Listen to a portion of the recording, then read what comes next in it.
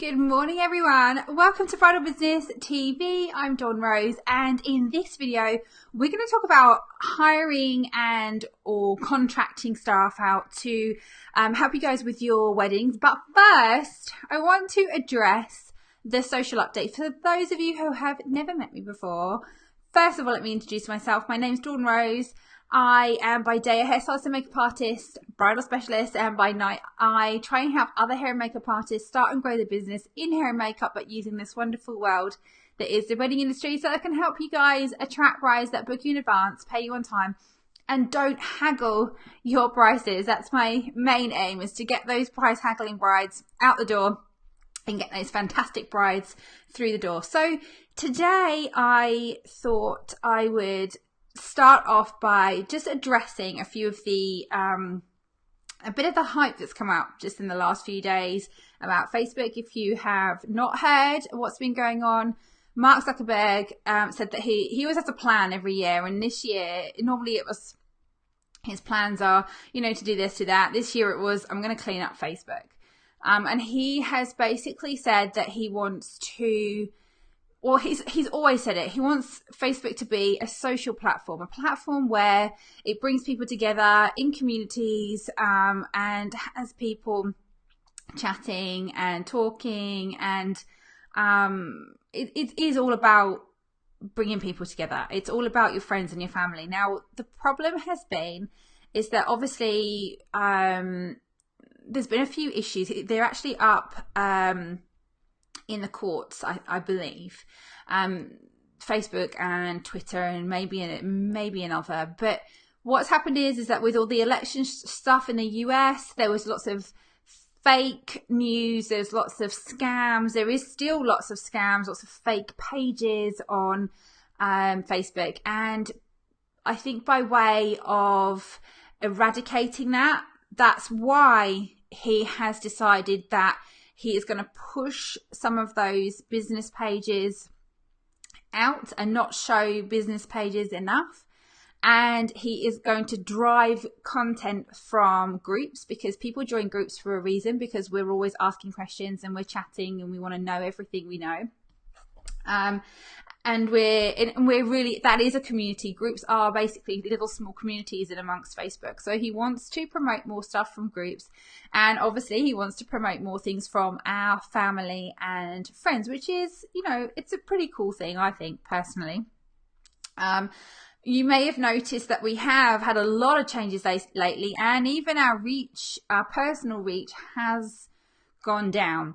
Now, all of this is all Facebook's algorithm. Facebook is looking out for interaction. That's what they want. They want you to interact with people. They want you to interact with posts.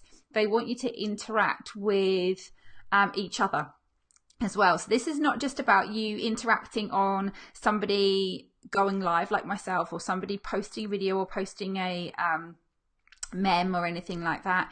It isn't just about you making a comment. It's also about other people commenting on your comments and having community and chatting and answering questions amongst each other. They want to see that.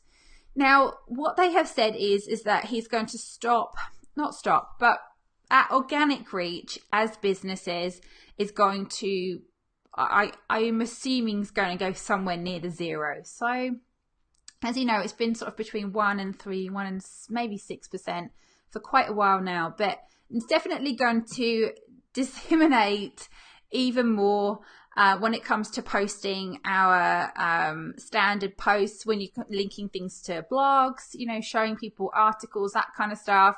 It's not really going to be shown as much to our followers. What is still going to be shown is Facebook Live. So Facebook Lives he wants people that are serious on Facebook. He wants businesses that want to grow on Facebook. And so he kind of will, I guess, he'll be rewarding those people who are going on live and who are maybe doing a broadcast where people come back and they watch the replay and they want to learn more each week. Hence the fact that, you know, I come on every week live and I give you guys some training and information on growing your wedding businesses. But It's information that people can come back and watch over and over again if they want to get the tips and tricks from me. But as for us as business owners, I think that a lot of people are, I guess, jumping ship, and I get that, because it's just it's been in my mind, and I've thought to myself, it's getting too hard. It's too hard.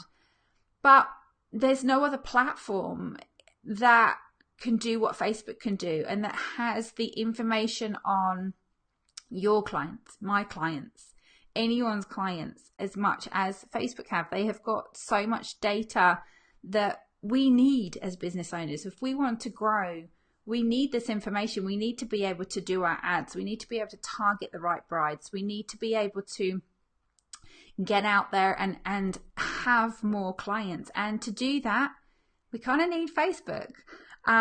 So for me, I think it's just about all regularity. It's about being consistent, guys. And I think that now is the best time, if you have not done it already, to start using Facebook Live every week, to try and do what I'm doing, like a weekly TV show, an episode show where people can come back and they can watch it. So start going live on your channels. I think that this is going to be one of the greatest things that you can do, even though it may feel like at the beginning that it's like a ghost town. It's okay. It's okay to talk to no one for a bit. It's okay to start building up your audience from scratch, because basically that is what we're doing. We all started from somewhere. And it's the same with me too. I know that my lives don't reach everyone, but it's okay to start your episodic content from scratch. And I think as business owners, as bridal stylists, brides love visuals. Brides love to see what you're doing and what you're up to. And it's not always about just pointing them in the right direction. Show them what you've got. Show them what you do. Show them how you can help them as their stylist. And this is what's so, I think, important about coming on live. Now, you don't always have to be in front of the camera. You don't have to sit like me and talk to your brides. You can just be demonstrating things. You may just want to show them around your studio, show them your kit. Maybe you just want to talk to them about a particular product and why it's good for them. Maybe a particular service, but you can plan yourself out something every single month where just 4 times a month, so once a week, you come on to camera and you explain what brides get through booking you. And that's what I think is probably one of the key things that you can do with Facebook Live. And even though these changes have all come about, and as I said, you are going to be seeing more posts from your family and friends, and business posts are going to go down. If you are creating community, and if your brides are tuning in every week to see what you're up to, and if this is another thing, I think the consistency of not just I'm doing it once a week, but for me, I've decided to commit every Monday morning, 8 or 9 a.m. to come on live, so that you guys know that every morning, every Monday morning, or Sunday for those of you on the other side of the world to me, but Sunday nights, you'll know that Dawn's going live soon, and I can go back in, I can tune into her live TV, and you can get the information from me that you want to. So I've committed to doing that. So you know that it's going to be on every Monday. I'm going to be doing my live. Now, it's the same. If you guys do the same and you just commit to, even if it's 10 minutes, 15 minutes every single week, and you say to your followers, to your friends, to your family, tell them, hey, every Thursday at 12 p.m. I'm going to take my lunch break and I'm going to grab my camera, and for 15 minutes I'm going to walk my brides through something about my business. Every week, it doesn't have to be for hours and hours on end. That's how you beat Facebook's algorithm. That's how you get in the good books of Facebook, is that you do live, because number one, people get, I think they said 6 times more interaction with live video than you do with recording a video and uploading it natively. Plus, if people are coming back to watch your videos and you're actually engaging with them and they're commenting and you're replying to any of those comments too, and then they comment with each other, Facebook love that. That will get promoted in your news feeds.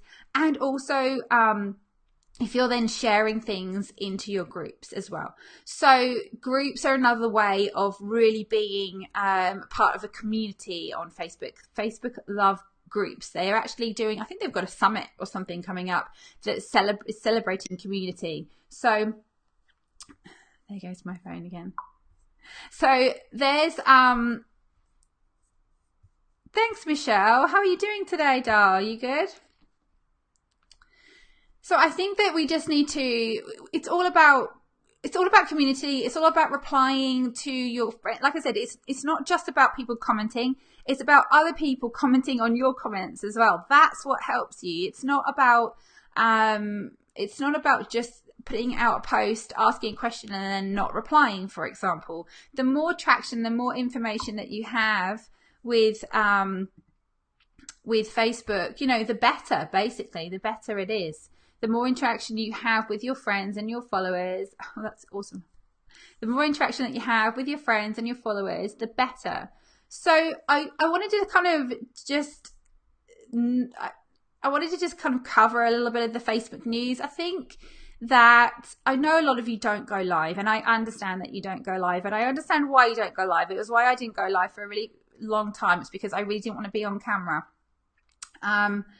Michelle says, so should our business pages be groups instead? Well, the thing is with that, Michelle, that's a really good point. So yes and no.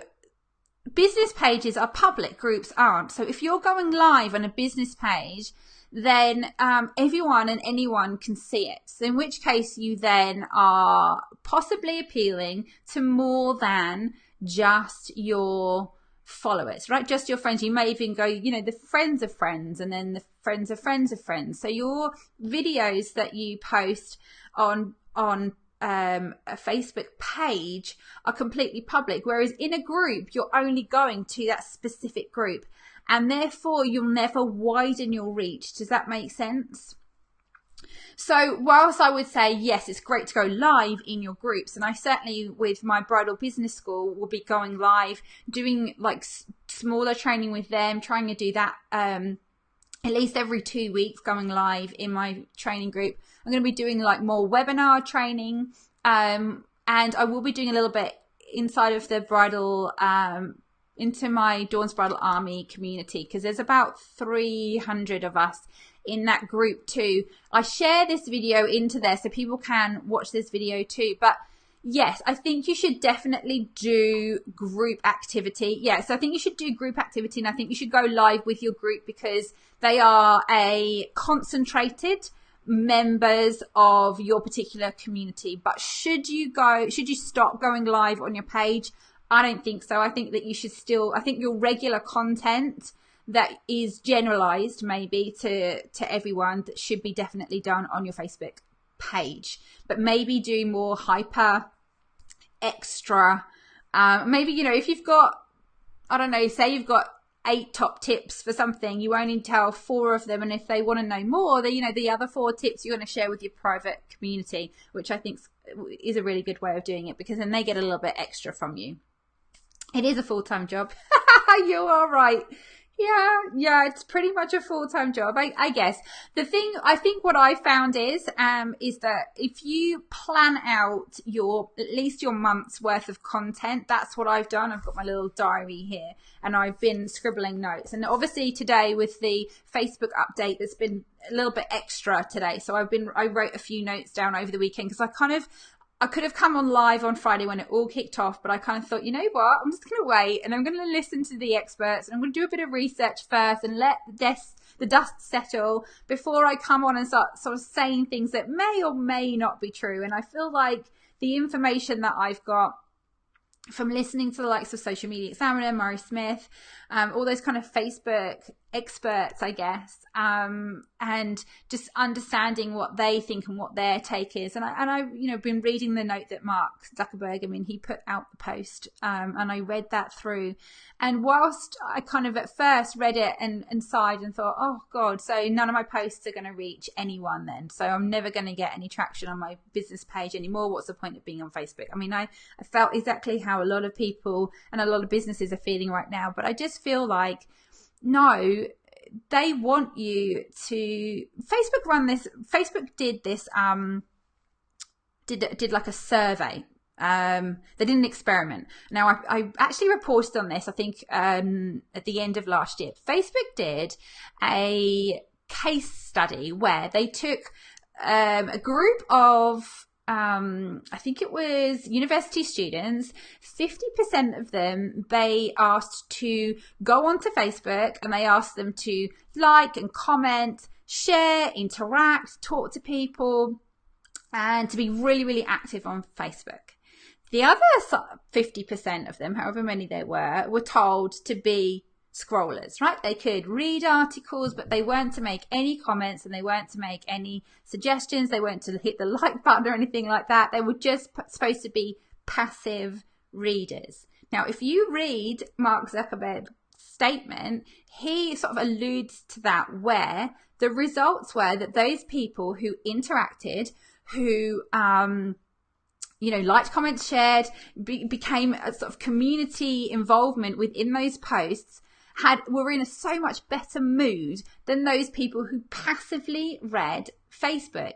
And if you kind of read his statement, he kind of says that he wants people to be part of a community. He wants people to have interaction. He wants people to comment on other people's comments. He wants them to do that because people will have a better Facebook experience. That's what he wants. He wants people go on Facebook now for I think you check your Facebook on average 15 times a day for about an hour total a day. Most people are on Facebook for at least an hour. And what he's saying is that rather than just scrolling through and seeing all of this stuff through in the newsfeed that doesn't really appeal to people, he would much rather see more from family and friends where people do look at things, give a little smile and make comments, or, console people for their losses. He wants that experience. So, and what he's found is that people don't do that.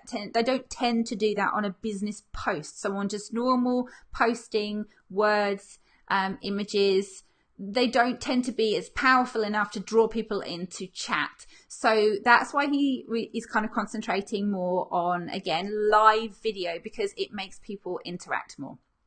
So he likes communities, he likes groups, and as I said, family and friends. So just, it does make sense, right? That he just wants it to be a community, and he wants it to be a good experience. And as I said before, this is kind of come about from when the US elections were on, and there was all these fake scam business pages that were set up, and Facebook, I think, have gotten into a bit of trouble over this. So they're actually, I don't know if they're in court or something, but there are legal situations going on with Facebook, and I think that they have to show that they're going to try and clean up those people. And so therefore, if they don't show business posts, then they can't risk all this fake scarcity, scammers, people, The other thing as well, to my family and friends that ever watch this, I want to say to you this.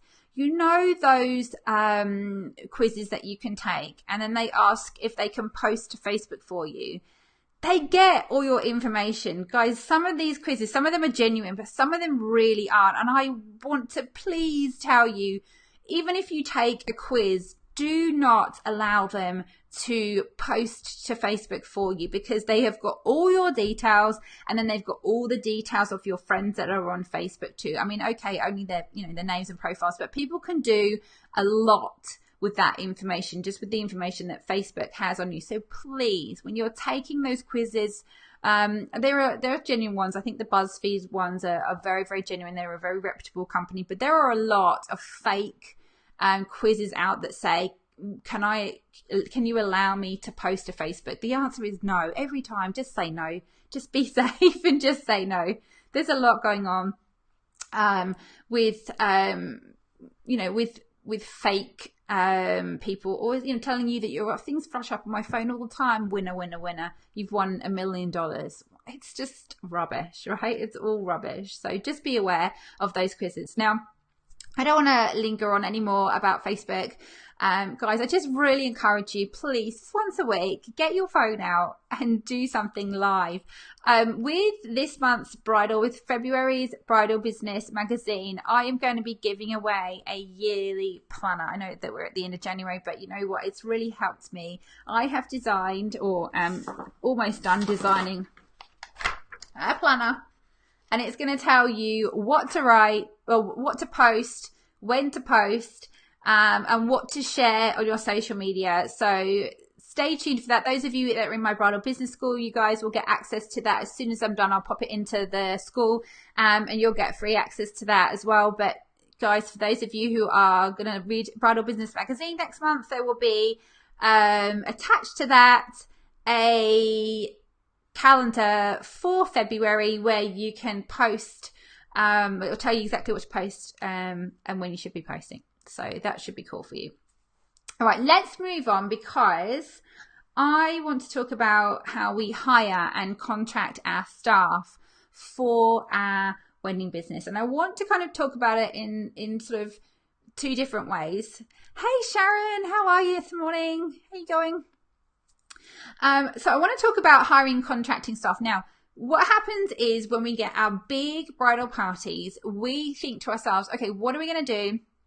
I can't do this by myself, but I don't want to say no to a wedding, but I really want to do, you know, these 8 people. This would be awesome for us. Now, what I would suggest is, first of all, before we talk about, you know, payments and contracts and stuff, you need to have yourself a little policy about how and when you're going to go about contracting.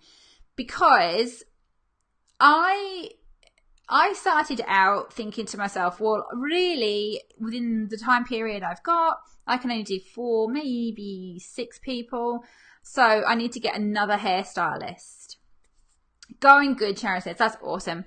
So I used to think to myself, right, I need to get another hairstylist on the job, because I can't quite do, you know, the 6 people in this short time frame that I've got. And then, you know, the bride's added on a few more. I need to find myself another stylist. And that would mean, though, is that I would have to pay another stylist a good, you know, a proportion, whatever it was that they charged, to have them come and do hair and makeup or for my wedding. Michelle says, yep, I've been burnt by a subcontractor. It's not easy. No, it's not easy. So I think that the best way to do it, I actually, Michelle, I was reading a little bit in your book about this too, guys. If you haven't read Michelle's book, I will put a link to it. But Michelle, I really love your book. I'm halfway through. But the thing is, I find is that it's really hard to work out, do I really want to pay another artist, or, and this is what I learned, was, should I get myself an assistant? Now, when you're looking at really big bridal parties, you know, if we're talking about really 10 or more, you probably do need an actual second stylist who has got some experience, who has done weddings before, and can get on with the job. Because when you've got a lot of people, it's really, really hard to take that all on yourself. If you are kind of just on the edge and you're on maybe that 8 mark or that 7 mark, and you're thinking, oh God, I've got to do 7 people, and really I've only got, you know, 4 hours to get these people done. There's no way I'm going to do that. You should think about hiring an assistant. Now, an assistant for me, I found, was to get hair and makeup artists that you should still vet, definitely. You should definitely vet them, but a hair and makeup artist or hairstylist or makeup artist that has come out of school. So a college graduate, a cosmetology college graduate. They are one of the best people to hire, because you wouldn't pay them what you would pay a normal contractor, because they don't have anywhere near the experience. But if you get a good one, which, you know, a lot of them are, especially the makeup artists, can be absolutely amazing, then what you can do is you can pay them a set fee. And this is what I personally did. I paid them like a day rate to come with me. I drove everywhere and I would ask them to assist me. So I had one girl who was a makeup artist. I used to get her to always do bases for me, and then I would do eyes and lips and she'd do my lashes. So we kind of had like a little conveyor going on. It meant that I could do extra in a wedding party. I didn't have to hire another hair and makeup artist. And then again with a hairstylist, to have an assistant that can maybe just curl hair for you while you're doing all the upstyling. That's a really great thing, to get them to prep the hair for you. Maybe you just do the bride. I always like to concentrate just on the bride myself and not give that to anyone else, because I feel like the bride deserves my one-on-one attention. But the other thing about you turning up to a bridal party of, say, 6 or more, the bride and the bridesmaids are looking at you thinking, is she by herself? Like, how's she going to do us in that amount of time? Trust me, that's what they're thinking. They're thinking, really? There's 7 of us standing here and she's got to get us all done in the next 4 hours. It's better to have that assistant with you that you can maybe pay just a day rate to, and get them done and get that amazing experience with your brides where they will tell everyone about you, right? They will tell everyone how amazing you are, what an amazing stylist, and the assistant was great, and they got you all done on time, and there was never any problems. Rather than you turning up to a wedding party of, say, 6, 7, 8 people and thinking, oh my God, I'm in a panic, I've got to do this in such a short period of time. And the other thing as well is that I always like to allow, well, Michelle, a fair day rate to me, I normally would say a couple of $100. So it, depending on what I've got on as well, like you kind of got to gauge, you know, what's happening, how long it's going to take you. But I always felt like if you're charging around the $90 to $100 mark, yeah, that's what you're thinking. Yeah. So if you're charging from the $90 to $100 mark for hair and makeup, which I feel like most of us are somewhere between that 80 and 100. Generally, on average, most of our stylists are charging around $80 to $100. I feel like that is per hour, right? So we take maybe an hour to do, I normally allow an hour. It doesn't always take an hour to do somebody's hair or somebody's makeup, but if we say it takes us an hour to do a face and makeup, we allow ourselves an hour and we're charging them $80. Let's just say we're charging $80 for an hour's worth of work, and we've got 6 people. Technically, that's 6 hours of work.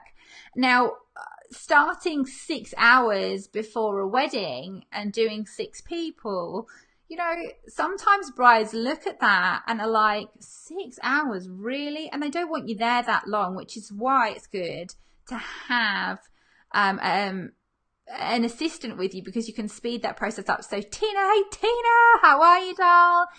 This is what I do, just having someone to pass up clean brushes, and whole palettes, so I'm not bending down all the time. Absolutely, yeah, just having someone there is a bit of a support as well. Like, you don't, exactly.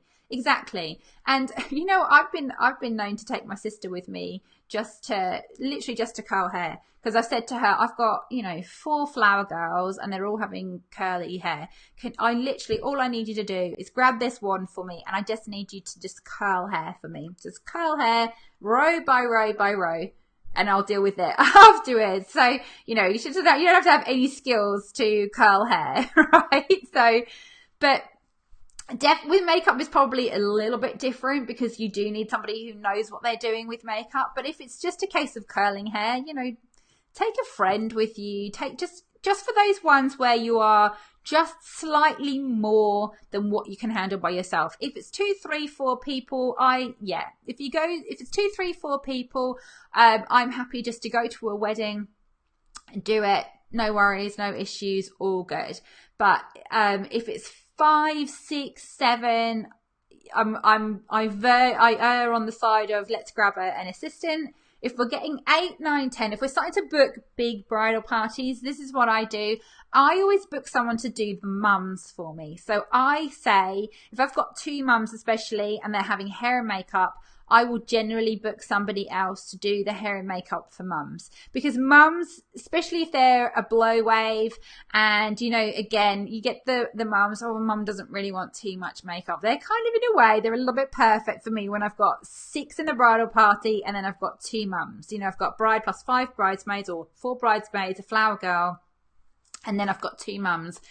That's when I would hire or contract another full stylist or full makeup artist, because I can get them then to just do the mums. Plus, with the mums, a lot of the time they like to be done first. It's like, can you do mum first, because then she's got to go, you know, mother of the groom's got to go back to the groom, or mum wants to just be kind of ready and potter about in the kitchen and do stuff for the bride. So mums can get done first a lot of the time. So for them to have their own separate hair and makeup artist, still contracted by you, this is not about you giving the work to someone else. This is about you paying somebody else, but paying a full-blown hair and makeup artist to do it. Now, let me tell you about this now. I had a chat with Sharon, who's on here. Sharon and I had a chat the other night, and I said to her that this is the way I always hire other people to do work with me.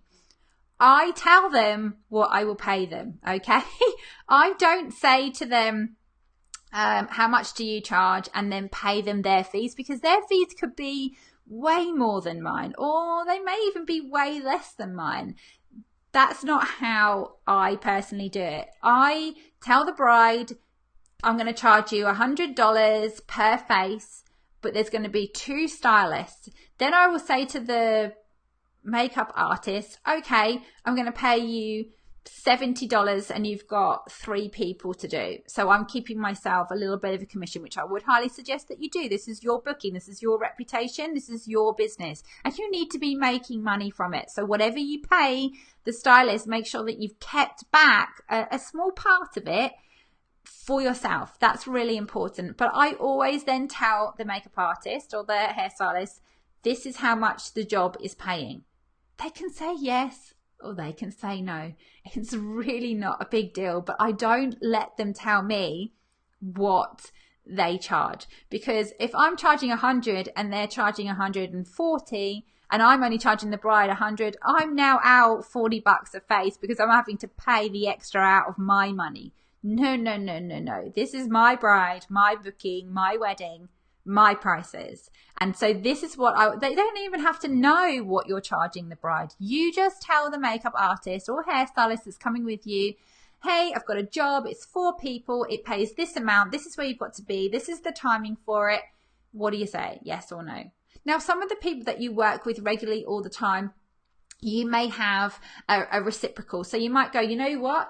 You pay me 70 when I work with you, and I'll pay 70 when you work with me. How's that? Sometimes that works out really, really well. I've had a lot of stylists where, especially over the other side of the city for me, because I never used to hire someone from this side of the city to go down to the other side of the city with me. I would always hire one of the makeup artists over that side who I knew. And then if she was coming over this way, she'd always hire me to try and help out with her wedding parties. But again, you just go with whatever the person wants to pay you. So just bear that in mind. I feel like if it's your booking and it's your wedding, your bride, you're the one going backwards and forwards with this bride. You're doing all the negotiation and all of the recommendation, and you're doing all the admin. Guys, we do a lot of admin. Like, brides are not just a case of book up, turn up and just go. We need to do all the contract stuff. We need to look after our brides. We're going to be constantly going backwards and forwards. We've got our trials that we do. This is your booking. This is your bride, and it's your reputation. So it's important you charge what you feel like the booking is worth, and then you tell your stylist what the booking pays. That's the way I do it. Now, moving on. So I've talked about having an assistant, and I've talked about having like an additional hairstylist and makeup artist. You need to sit down and just go through where you feel like it is your tipping point, right? So I know that when I get to sort of 5 people, say just for hair, for example. Sharon says, have you always found someone who accepts your terms? You worry that no one will accept. Yeah, Sharon, yes, definitely. Sharon, I think the key is that if you can't find if you don't know someone, go into the forums, go into our bridal groups, ask people if there's anywhere around, and put the information up. You'll be surprised at how many people will come back and say, yes, I'm available. Yes, I'm available. Make sure that you put the full details. Tell them what you're paying. Tell them where it is. Tell them what you expect from them. But yes, you will find someone. And if you don't know that person, that's okay. You can go and research them, look at their Facebook page, look at their Instagram, look at their work, and then choose someone from that. And if you really want to, you could try and get them to come and do another job with you that's maybe just that's maybe just a smaller job before you do the bigger wedding job, if you wanted to test them out. But normally you'll find that their work will speak for themselves. Like if they've got a good amount of work on Instagram, they've got a good amount of work on their Facebook page, I think that if you don't know the person, you can probably gauge a lot by what people are saying about them on their, and what they visually can actually do. So I would say that if you don't know someone and they don't, or you do know a few makeup artists and they don't want to do it for whatever it is that you're offering, go out into the bridal forums, go into our community, go into Martha Mock's community, and tell them exactly what you've got, what's coming up, how much it's going to cost, how much it's going to pay them, and see if anyone's available. So I think you'll find that you'll be fine finding someone, definitely. All right, so we talked about assistants, we talked about additional hair and makeup artists. As I said, yes, so find your tipping point. So I know when I get to about 5 people, I kind of need someone to come with me. Like Tina was saying, even if it's just someone to clean brushes, wipe things down, keep things neat and tidy, hand you things, just even go through your running sheet so that you know who it's next, getting everyone else prepared, maybe just putting primer on everyone's face, that kind of stuff, moisturizer. Just somebody just to help out. Or you can have, a full-blown assistant who you're saying, right, everyone's bases need doing. Maybe they started working with you for a while. I had one girl, she was amazing. I knew how good she was as a makeup artist, and she did a lot more in the colleges. You do find that they do a lot more kind of fashion, photography, they use a lot of, I would say, like the Cryolin type makeup, so they're quite heavy. So you've got to be careful sometimes with them doing brides. But she worked with me for a long time, and in the end, I would just be like, okay, take 2 bridesmaids, they're yours, these ones are mine, get going. And she would actually physically do them. And then I started to, pay her a little bit more as time went on. But she worked with me for a couple of years, and she was brilliant. So you will start to get an assistant even that you can really trust. That's the other thing, starting to bring them on, and you'll be able to really trust them to do exactly what you want them to do. Now, the other thing, once you've decided whether you're going to have an assistant and you're going to pay them a fat fee, because that's what I would do, always pay them a fat fee for the day to help you out, or half a day, whatever it is, or you decide to use your additional makeup artist, you need to form some kind of a contract. So you need to have a contract. You always need to agree your payment terms. You should always tell them your expectations. That's really important. What do you expect from them? What do you want them to look like? Maybe you don't want them to have a uniform on, but just maybe say to them, this is my, this is my sort of sub clause on, looking professional. I would, or you give them an apron. I always had 2 aprons with my Bridal Perfection logo on it. So when we turned up to the meeting, I just chucked them an apron, and whatever it was that they were wearing, they just had my apron over the top. So we looked like we were part of the same company, which I think is important. Michelle's saying yes, yes, yes. Yeah, that's really important. I think the expectation is one of the things that people sometimes forget. We think, oh, I've told them how much they're going to get paid, and yeah, they've said that they're happy with that, and that's all fine. but they turn up and, you know, they just look really awful or scruffy. They've been out the night before and they look hungover, and that's not acceptable. So I think as part of that contract, you need to have something that says what you expect from them and how you expect them to conduct themselves on a wedding day. Like, it's really important. Again, like I said, this is your business, your reputation. It's really, really important. I can do this, Michelle. Oh, look, I can bring things up on my screen now. Oh, okay. Yes. All right. Yes, Michelle, you are totally right. Michelle says, or they try to steal your client. Okay. So yeah, I've had that before too, where they are handing out their own business cards, which, yes, that's another thing I don't accept either. So yeah, you really need to do that. Yeah, I've also said about you should get them to sign like a release form as well for their work, so that when you're taking photos of them for that bridal party, that they agree to doing that. Be careful with that. I've heard of this before where a hair and makeup artist has used images of a bridal party that they didn't actually do. So they didn't actually, they'd contracted someone, it was their booking, it was all their bride and everything, but they were saying, you know, hair and makeup by their business name. And then the makeup artists were like, well, no, actually, I did the makeup and my business was whatever. And it was like a little war I saw going on a Facebook page once. So you've got to be really careful with that. Remember, you're giving them the work, and it's still, if you're paying them, if you're contracting someone and you're paying them through your business, technically they are working for themselves. You've got to be careful of this. They are working, unless you're actually hiring them, as in paying their taxes, like actually employing them is probably the better word to use.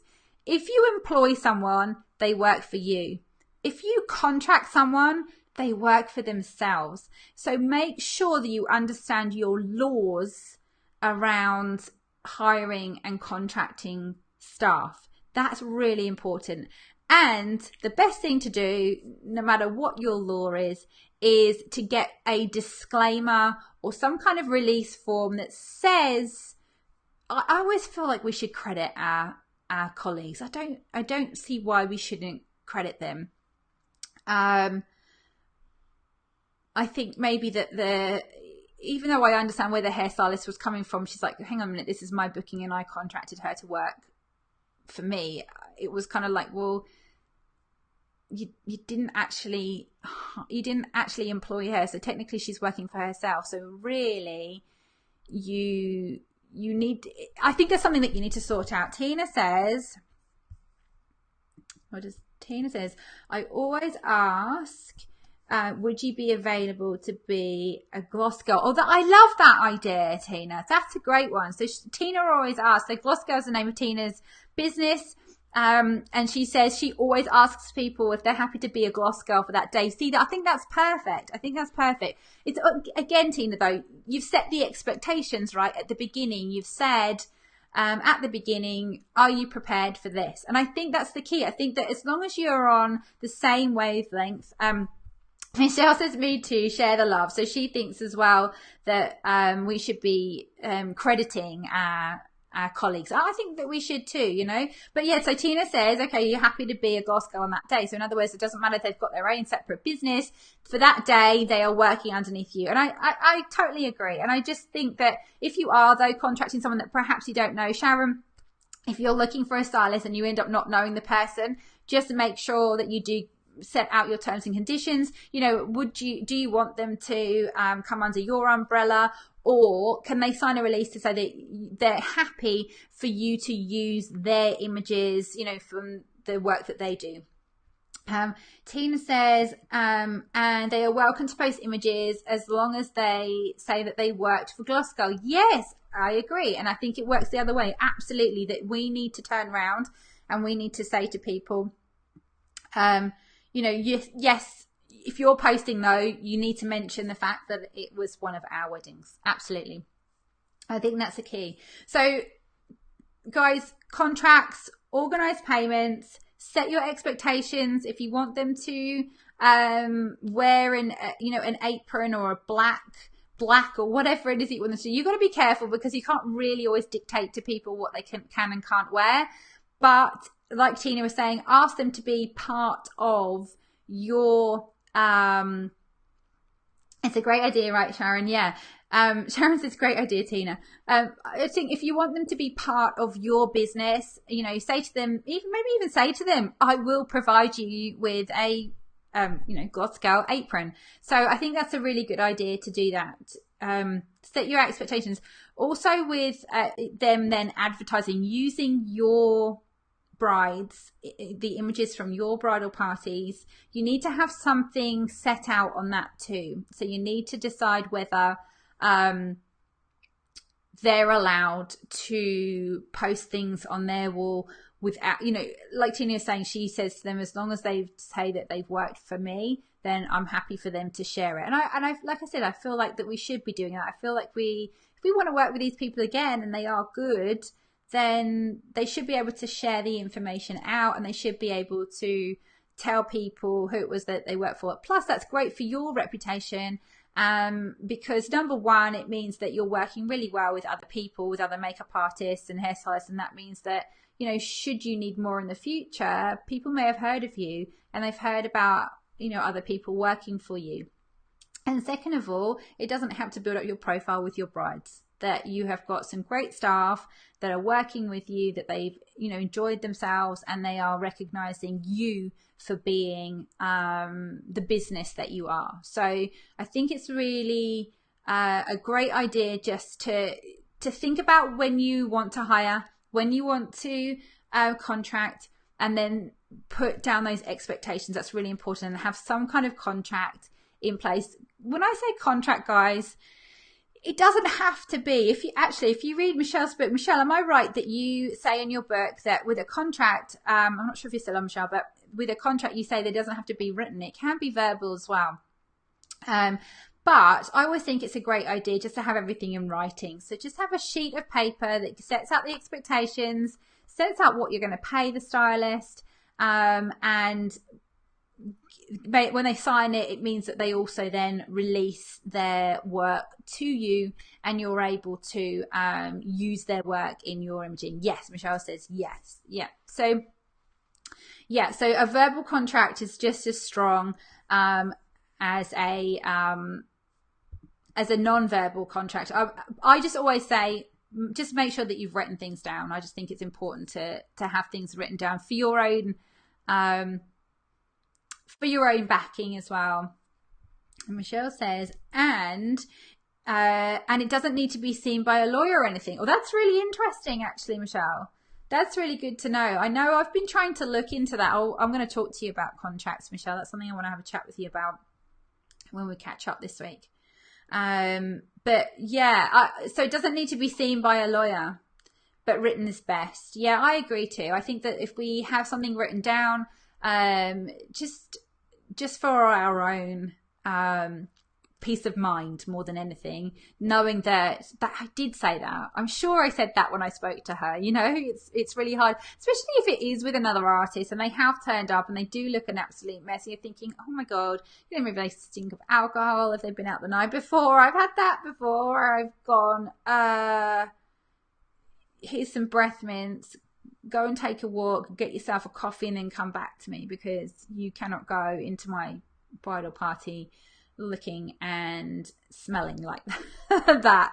I've said that. I've told them, an assistant, a long time ago, take a walk, because not here, you're not. This is really important to me. So but I definitely think that if you've actually written something down, you can say, hey, you agree to my terms.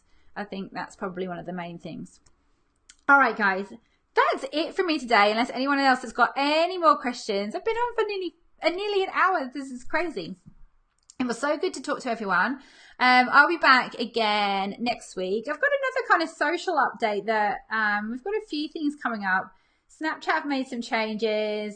Instagram have made some changes. I want to talk to you guys as well about Facebook's Messenger bots as well. Those of you that are in Bridal Business School, I'm going to be doing a class on Messenger bots. Now that sounds maybe a bit strange to some of you, but if any of you have either messaged me or messaged other people on Facebook Messenger and an automatic reply has come up, that is a Messenger bot.